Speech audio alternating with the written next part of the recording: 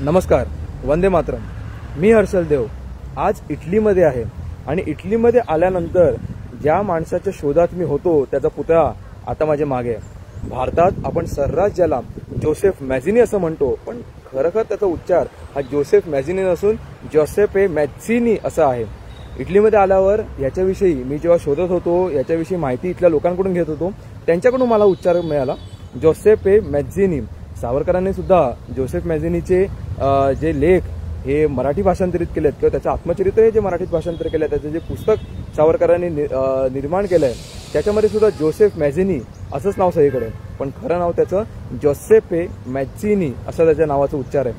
इथे इटलीमध्ये आल्यानंतर मला सगळ्यात पहिलं जर कोणतं काव्य आठवलं असेल तर ते स्वातंत्र्य कवी गोविंदांचं रणावीण स्वातंत्र्य कोणा मिळाले असा उद्गारवाचक प्रश्न कवी गोविंद आपणा सर्वांना करतात. रणाविणा स्वातंत्र्य जगात कोणालाच नाही मिळालं. त्यामध्ये त्यांनी अनेकांची उदाहरणं दिली, अगदी रामाची, श्रीकृष्णाची, छत्रपती शिवरायांची, अनेक देशांची, मग ते डचांचं नेदरलँड असेल किंवा ग्रीकांचं ग्रीस असेल, असं अनेकांची त्यांनी उदाहरणं दिली आहेत. त्यामध्ये त्यांनी इटलीचं सुद्धा उदाहरण दिलं आहे. त्यामध्ये ते असं म्हणतात की अशा स्थापुनी गुप्त संस्था सुवेई रणी झुंजली वीर शाली इटाली तया हाक मारीत मांगल्य आले रणावीण स्वातंत्र्य कोणा मिळाले. इटली स्वातंत्र्य करण्यासाठी किंवा इटलीचे एकीकरण करण्यासाठी, ज्याला इतिहासामध्ये युनिफिकेशन ऑफ इटली असा टर्म आहे, त्या युनिफिकेशन ऑफ इटलीसाठी अनेकांनी लढा दिला, अनेक छोट्या छोट्या संघटनांनी लढा दिला. या संघटनाला काबोनारी असं म्हणायचे, या संघटनांना काबोनारी असं म्हणायचे आणि त्याच्यामध्ये जोसेफ मॅझिनी याचा सुद्धा सहभाग होता. अनेकांनी उठाव केला, कारण आपण सर्वांना माहिती असेल की रोम साम्राज्य अतिशय बलशाली साम्राज्य. मी जेव्हा इथे येत होतो ना, माझ्या जहाजापासून इथे अक्षरशः 35 मिनिटं मी चालत आलेलो आहे आणि येत असताना रोम साम्राज्याचे अनेक खुणा, अनेक सुंदर सुंदर आर्किटेक्चर मला बघायला मिळाले. मन अतिशय प्रसन्न झालं. पण रोम साम्राज्य जेव्हा खालसा झालं, जे नष्ट झालं, त्यानंतर युरोपमध्ये अनेक साम्राज्य उदयाला आली. त्यामुळे ऑटोमन साम्राज्य असेल किंवा इतर अनेक साम्राज्य, याच्यामुळे इटलीचा उत्तरी भाग जो आहे हा ऑस्ट्रियाच्या अंडर गेला. इटलीचा दक्षिणी भाग जो आहे त्याच्यावर अधिपत्य आलं ते फ्रान्स. त्याच्यामध्ये पॅपल स्टेट म्हणून ज्याला म्हटलं जातं, तो थेट पोपच्या अधिपत्याखाली गेला. पोप म्हणजे आपल्याला सर्वांना माहिती असेल की ख्रिश्चन धर्मातलं, कॅथलिक ख्रिश्चन धर्मातलं हा पोप हे सर्वोच्च पद आहे.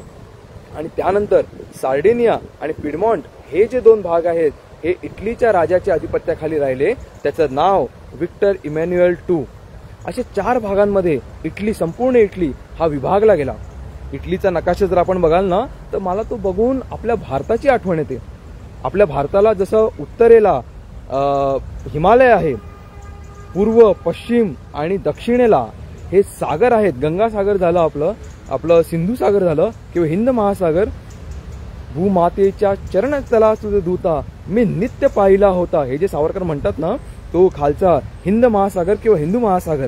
तसंच हा सुद्धा, इटली सुद्धा, त्याचं जिओग्राफिकल जे स्ट्रक्चर आहे हे तसंच आहे. एल्प्सचे पर्वतरांगा हे इटलीच्या उत्तरेला आहेत आणि बाकी तिन्ही बाजूने हा समुद्राने वेढलेला असा हा देश आहे. तर आपण त्याच्या पॉलिटिकल इतिहासाकडे, पॉलिटिकल हिस्ट्रीकडे येऊया. हे 4 भागांमध्ये इटली वाटला गेला होता आणि हे इटली वाटला गेलेला इटली हा एक व्हावा, एक संघ, एक राज्य व्हावं, एक राष्ट्र व्हावं म्हणून अनेकांनी उठाव केले. त्यामध्ये जोसेफ मॅझिनीचं नाव हे अग्रक्रमाने घेतलं पाहिजे आणि अग्रक्रमाने घेतलं जातेच. अग्रक्रमाने त्याचं नाव घेतलंच जाते, कारण जोसेफ मॅझिनी याने केवळ इटलीच्या स्वातंत्र्याचा विचार केला नाही, तर संपूर्ण जग स्वतंत्र व्हावं. संपूर्ण जग हे स्वातंत्र्य राहण्यासाठी त्याचे शब्द आहेत की नाही नाही, राष्ट्रे कधीही मरत नाहीत, परमेश्वर गांजलेल्यांचा कैवारी आहे, त्याने मनुष्याला स्वातंत्र्य राहण्यासाठीच उत्पन्न केलेलं आहे. हे जोसेफ मॅझिनीचे शब्द आहेत. हे माझे नाही किंवा इतर कोणाचे नाही, हे जोसेपे मॅझिनी याचे शब्द आहेत. असे अनेक उठाव यांनी इकडे केलेले आहेत. याचा जन्म कधी झालाय माहिती तुम्हाला? 22 जूनला. आता 22 जून जर तुम्ही म्हटलात तर तुमच्या मनात पहिला कोणतं येतो वर्ष, कोणतं येतं? खरं सांगू, माझ्या मनामध्ये 2 महत्वाची वर्ष येतात 22 जून म्हटल्यावर. पहिलं वर्ष 22 जून 1897, ज्या दिवशी काय झालं होतं, त्या दिवशी चापेकर बंधूंनी रँड आणि आयट्सचा वध करून त्याच्या रक्ताने आपल्या मातृभूमीला अभिषेक घातला होता. त्यानंतर दुसरं वर्ष माझ्या मनात येतं ते 22 जून 1940, ज्या दिवशी सुभाषचंद्र बोस आणि सावरकरांची भेट मुंबईच्या दादरच्या सावरकर सदनामध्ये झाली होती, ज्याच्या बैठकीमध्ये हिंदुस्थानाचं भविष्य ठरणार होतं. या दोन अतिशय महत्त्वाच्या तिथी म्हणू किंवा तो दिवस, हे वर्ष, हे मला स्मरतं. पण अर्थात मॅजिनीचा जन्म त्याच्या आधीचा आहे. मॅजिनीचा जन्म आहे 22 जून 1805चा. खरंच 22 जून हा फार मंगल दिवस आहे हो. किती म्हणजे त्या दिवसाला पण काय वाटलं असेल की मॅजिनीचा जन्म झाला आहे, किंवा अनेक काही प्रसंग घडले असतील त्या दिवशी, पण हे 3 महत्त्वाचे प्रसंग, मॅजिनीचा जन्म 1805 साली, 1897 साली आयट्स आणि रँडचा वध, आणि 1940 साली सावरकर आणि सुभाषबाबूंची भेट, हे 22 जूनला झालेली आहे. तर अर्थात आपण पुन्हा इटलीकडे येऊया. मी बऱ्याचदा भरकटत जातो. मॅजिनीचा आदर्श हा केवळ इटलीने नाही घेतला, तर अनेकांनी घेतला. जसं आपल्या भारताने घेतला, तसं युरोपमधल्या सुद्धा अनेकांनी घेतला आहे. मॅजिनीने पुढे यंग इटली नावाची एक संस्था स्थापन केली. तो इथे वृत्तपत्रही चालवायचा. त्याला जिवानो इटालिया असं म्हटलं जातं. यंग इटली आपण म्हणतो इंग्लिशमध्ये, पण इटालियन भाषेमध्ये जिवानो इटालिया असं त्याला म्हटलं जातं. त्याच्या माध्यमातून अनेक उठाव इकडे झाले. इटलीचं पहिलं स्वातंत्र्य युद्ध जे झालं, मोठं स्वातंत्र्य युद्ध, ते 1848 ते 49 या 2 वर्षांमध्ये झालं. आणि त्याचं जे सेनापतित्व केलं, ज्याचं नेतृत्व केलंय, हा जोसेपे गॅरिबाल्डीने केलंय. आपण त्याच्याकडे जाऊया. मी तुम्हाला दाखवलं, त्याचंही पुतळा दाखवतो. हे फार सुंदर असं एक गार्डन आहे, आणि तिकडे या सर्वांची पुतळे लावलेले आहेत. हा बघा, हा आहे गॅरिबाल्डी, जोसेपे गॅरिबाल्डी, जी गॅरिबाल्डी म्हणून लिहिलंय बघा तिकडे. जोसेपे गॅरिबाल्डी हा जोसेपे मॅझिनी याच्या विचारांनी अतिशय प्रभावित होता, आणि त्याने क्रांतिकार्यच यासाठी, स्वातंत्र्य करण्यासाठी आपल्या देशाला, आपल्या मातृभूमीला त्यांनी क्रांती मार्गच निवडला. जोसेपे मॅझिनीने पहिलं स्वातंत्र्य युद्ध केलं, आणि त्यानंतर इथलं जे फ्रान्स एम्पायर होतं, म्हणजे फ्रान्सच्या अधिपत्याखाली जे होतं, त्या लोकांनी जोसेपे गॅरिबाल्डीला साऊथ अमेरिकेला डिपोर्ट केलं. त्याला तिकडे पाठवण्यात आलं. आणि इथलं जे युद्ध होतं किंवा इथे जे उठाव होत होते ते काही प्रमाणात शांत झाले. पण पुढे साऊथ अमेरिकेला जाऊन तो शांत बसला नाही, कारण अमेरिका सुद्धा तेव्हा काही शांत नव्हतं, तिथलं वातावरण पण काही तेव्हा शांत नव्हतं. तिकडे जाऊन त्याने अनेक युद्धांमध्ये सहभाग घेतला, आणि घोरिला वॉरफेअर हा तो तिकडे शिकला.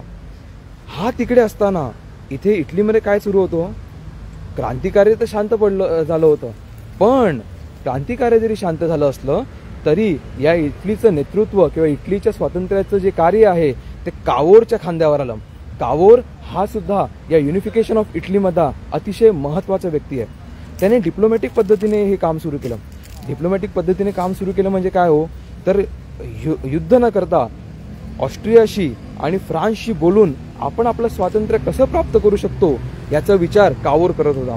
आणि कावोर काही इथला राजा नव्हता, तो इथल्या राजाच्या म्हणजे विक्टर इमॅन्युएल II याचा पंतप्रधान होता. तुम्हाला दाखवतो, हे बघा. अर्थात त्याच्या चेहऱ्यावर झाडांच्या फांद्या आलेल्या आहेत, पण इथून तुम्ही स्पष्ट तो बघू शकता. आता कावोरने काय केलं, कावोरचं आयुष्य अक्षरशः 50 वर्षांचं होतं. केवळ 50 वर्षांचं आयुष्य हा प्राईम मिनिस्टर इथला होता, पिडमॉन्ट आणि सार्दिनियाचा. पण ह्याच्यामध्ये त्याने काय केलं, अतिशय महत्त्वाचं काम कावोरने इथे केलेलं आहे. जेव्हा जोसेफ मॅझिनी हयात नव्हता, जेव्हा जोसेपे गॅरिबाल्डी हा इथे होता, साऊथ अमेरिकेला होता, त्याला तिकडे डिपोर्ट करण्यात आलं होतं, तेव्हा इटलीचं नेतृत्व हे कावोरने केलं.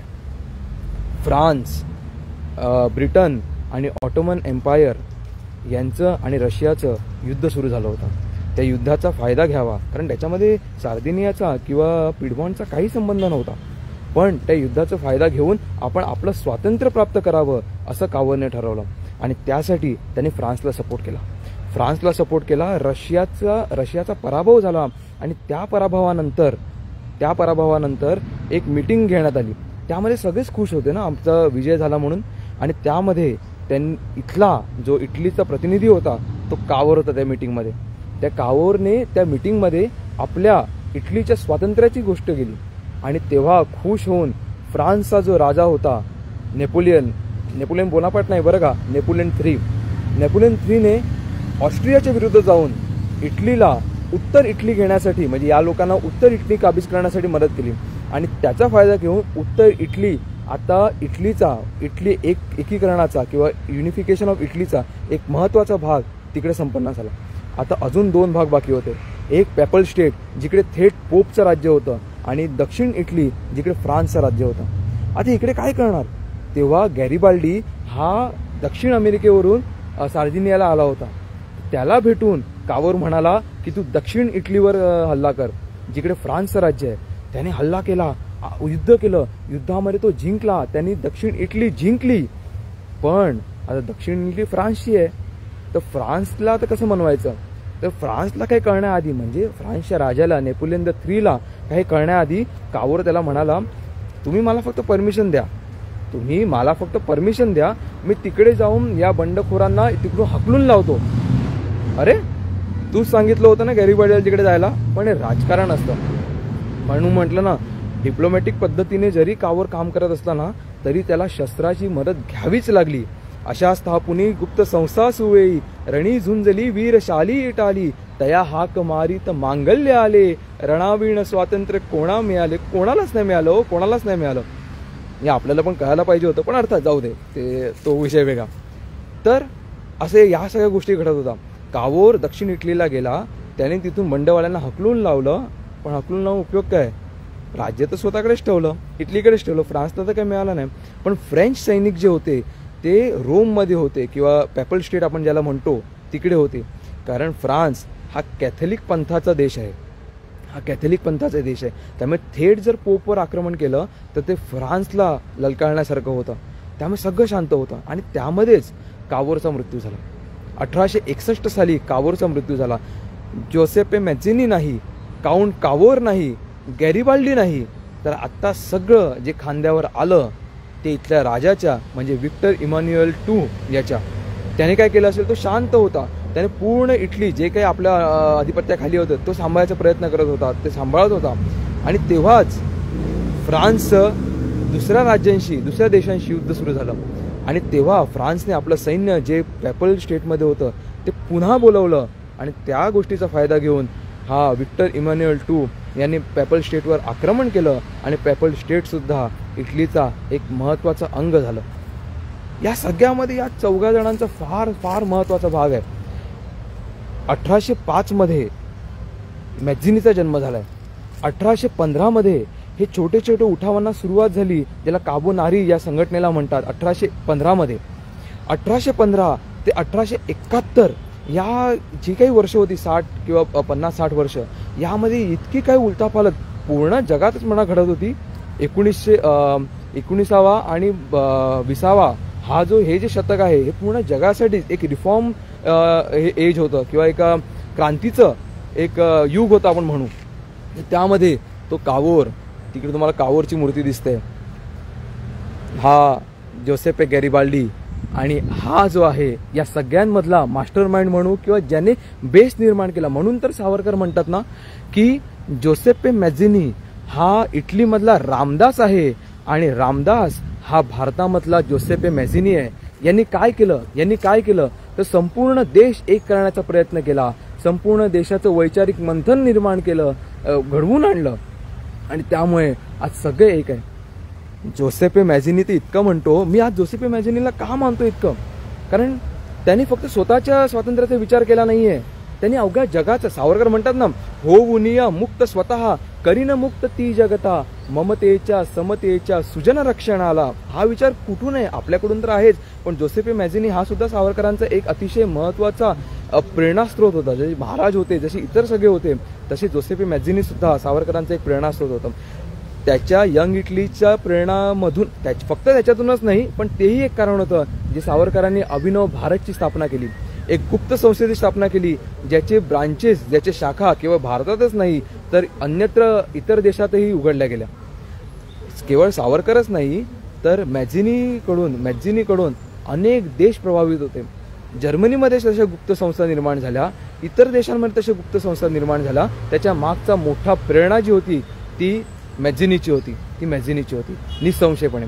सावरकर तर म्हणतात की राज्यक्रांतिकारकांमध्ये नीती नि धर्म यांच्या पावित्र्याने ज्याला राज्यक्रांतीची स्फूर्ती मिळाली असा महात्मा मॅझिनी असे महात्मा असतात हो. अशा महात्मा मॅझिनी सारखा राज्यक्रांतिकारक पूर्ण युरोपामध्ये मिळणं हे दुर्लभ आहे. कारण युरोपमधले इतर देश सुद्धा आपल्या स्वातंत्र्यासाठी लढत होते, पण त्यांना स्वातंत्र्य मिळाल्यानंतर त्यांनी काय केलं? इतर देशांना आपल्या आधिपत्याखाली आणलं. डच स्वतःच्या स्वातंत्र्यासाठी लढले, पण त्यांनी इतर देशांवर सुद्धा राज्य केलं. हे आपले पोर्तुगीज स्वतःच्या स्वातंत्र्यासाठी लढले, पण त्यांनी इतर देशांवर पण राज्य केलं. तसं मॅझिनीचं म्हणणं नव्हतं किंवा इथल्या कोणाचं तसं म्हणणं नव्हतं. होऊन या मुक्त स्वतः करीन मुक्त ती जगदा. मॅझिनी म्हणतो ना, इटली स्वतंत्र होऊन काय उपयोग, आपल्याला अख्खं जग स्वतंत्र करायचंय. म्हणून मी पहिला म्हटलं ना मॅझिनीचे ते वाक्य की देवाने परमेश्वराने माणसाला स्वातंत्र्य राहण्यासाठीच उत्पन्न केलं आहे, असं स्वतः मॅझिनी म्हणतो. तर अशा या मॅझिनी समोर मी नतमस्तक होतो. आणि इथे आल्यानंतर खरं तर मला त्याचं एक पुस्तक मिळालंय, म्हणजे अर्थात ते इटलीमध्ये, तुम्हाला दाखवतो. जोसेप्पे मॅझिनी याचा जो अर्थ आहे तो द ड्युटीज ऑफ मॅन असं आहे. हे पुस्तक तुम्ही बघू शकता. हे अर्थात इटलीमध्ये. मला इटालियन लँग्वेज पूर्ण येत नाही, थोडीफार येते, थोडीफार शिकण्याचा प्रयत्न करतो आणि त्याच्या जोरावर हे पूर्ण पुस्तक मला वाचून काढायचं. अर्थात जोसेफ मॅझिनी समोर उभं असताना मला या पुस्तकाच्या मागे त्याच्याविषयी जे काही लिहिलेलं आहे ना, हे पुस्तक त्यानेच लिहिलंय, पण याच्या मागे त्याच्याविषयी जे काही लिहिलंय खालचं, हे खाली तुम्हाला दिसतंय, ते याच्या साक्षीने मला इकडे वाचायचं आहे. जोसेप्पे मॅझिनी जन्म, म्हणजे त्याचं आता जन्म असं लिहिलं नाही इकडे, पण त्याचा जन्म जेनोवा 1805 आणि मृत्यू pizza 1872. patriota politico e filosofo e tra le principali figure del Risorgimento italiano, con le sue idee e le sue battaglie na contribuito in maniera decisiva all'unità di Italiana. याचा अर्थ असा की तो पॅट्रियट होता, म्हणजे तो पॅट्रियट होता, त्यासोबत राजकारणी होता, राजकारणी असल्यासोबत तो एक फिलॉसॉफर होता, त्याचसोबत या इटलीच्या युनिफिकेशनमध्ये त्यांनी एक महत्त्वाची प्रिन्सिपल रोल हा त्यांनी निभावला आहे. आणि त्याच्यामुळे आज इटली